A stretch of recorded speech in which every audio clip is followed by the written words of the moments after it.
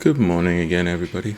Michael here with your latest supply and demand market report, and this is going to be on the indices. I hope you've all been well and that the week just gone has done you well in the markets.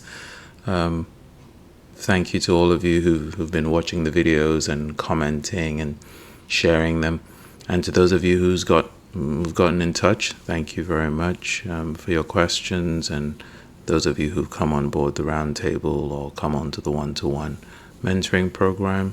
Thank you very much.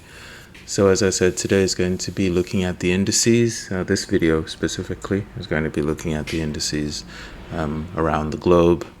If you like the videos, please click on the like button, subscribe, share the videos. It helps the YouTube algorithms to find them. So thank you very much for doing that. All right, let's start with where we left off last time we were together. So we're looking at the NASDAQ, and the NASDAQ has risen and it's gone through that supply. As we've said, we've left demand behind at the weekly level. We've got embedded levels of demand on the daily, but we are sitting right now at a level of supply. Now that level of supply again is looking interesting. The algorithm has corrected the error that was in it, and so it's looking better. It is not still one that we would immediately trade, given that we are clearly in an uptrend. These tend to, because in an uptrend, as we know, supply zones get removed and demand zones get created, as you'll see even on the daily chart. Even poor quality demand zones are still being held, and this particular demand zone pushed prices to new highs, even though I think its new highs was 66.9. Yeah, it is new highs above this high here. So we are still very much into that up thrust that we're going in. The momentum is still very much to the upside, but we are at a level where it would be challenging to be initiating new buys. That's what the methodology tells us. If you are into taking, counter trend moves, then you would be sitting up in your chair over the next week in anticipation of that beginning to happen. If you're more using the methodology to follow trends, then you are taking your profits at this level if you've been long already and just waiting for an opportunity to join this trend, which may or may not present itself. We would need pullback. That's one scenario. The next scenario would be that we just continue to go through this level and keep taking little chunks out of it bit by bit until we go through, in which case then we would need to still get a pullback to get long. So a few scenarios there for you. Stuff I would encourage you to do in your own trading. Scenario planning is what we call it on the round table. It is a very useful way of looking at the markets. Okay, going to Germany. Where are we at with the DAX? If this will load, thank you very much. So the DAX, as we talked about last week, has gone through that circle demand, but it's found buyers in this little tiny area of demand there, and that's what's caused this rally up. Actually, the whole area will be up to that low there to make it more accurate. I'm trying not to use the magnet because it can be a bit fiddly. So we've come, and on the daily, we've actually taken out daily supply, which suggests that down move on the daily has ended. So there we are. This supply zone has been traded through, and it is flagging where it is now. So again, this is showing strength, because the scenario we drew last time we were together is that we were anticipating that this market could go in this sort of sideways range for a little bit to come yet. So it looks like for now it's still in that range, but the strength has come in. It could still turn from here and go down, or it could continue as with, wondering whether it will go up into this supply zone on here, and then begin to gyrate between those two levels. Okay. The other option is obviously that it just blows through this supply and then will create some demand as it goes through, whether that's this demand zone or a new one closer to the supply. Time will tell. But for now, it's stuck in the middle. It's not a trade we would consider. Looking at Australia, still stuck in the middle. It had a very bearish week, but still with that bearishness, it didn't manage to trade outside of the range of the previous candle, which is why it is marked with that red dot. So there's really nothing much to do so far in this market for now.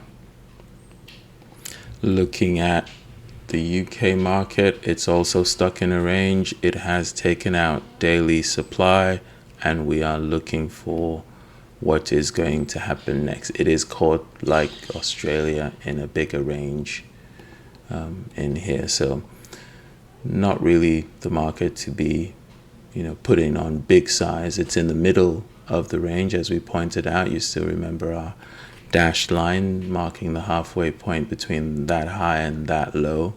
So it's still caught in the middle very much. Last week was a very, there wasn't much movement, very low range in the last week. So yeah.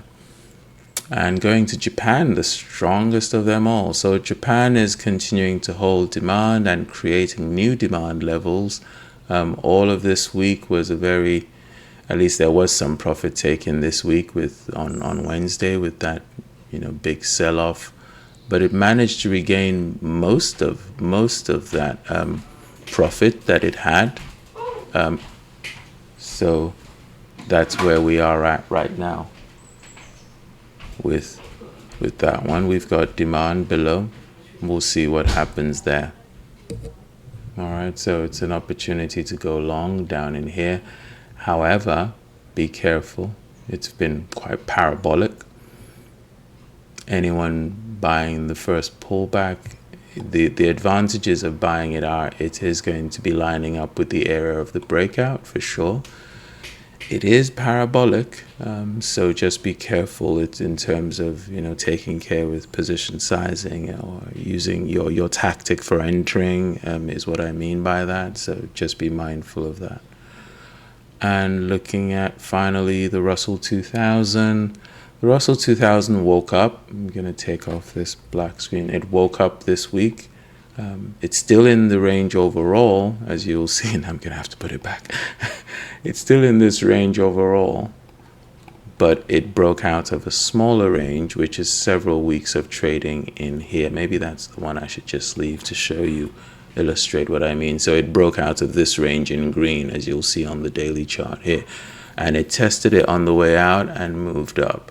It is sitting into a supply zone that is within the range, which is obviously not a great thing. So it's not the strongest of supply zones. So I wouldn't be surprised if we just continue to trade through it. But we are, as I said, still sitting in a wider range. If you were to pick a market to trade in the US, it probably wouldn't be this one because of, it's not the stronger one. But what it does show for those of you trading stocks is that whereas before the Russell woke up, it was a very narrow-based improvement in the market. The Russell waking up suggests that there's more stocks participating in this strength that we're seeing in the U.S. markets, which is good. So we'll see how far it goes. The ideal thing would be for it to trade out of this range and fully establish its uptrend. Right now, it's not yet in the scenario where it's beginning to hold up new highs for this to be new lows for this to be considered, for this area, let me just circle it, for this area to be considered a higher low, we'd need for prices to trade above these highs here. So then we can say it's building higher highs and higher lows. Okay, but for now it's still in the range overall. Okay, so 9 minutes and 30 seconds. I hope you find the video useful. I hope it helps you.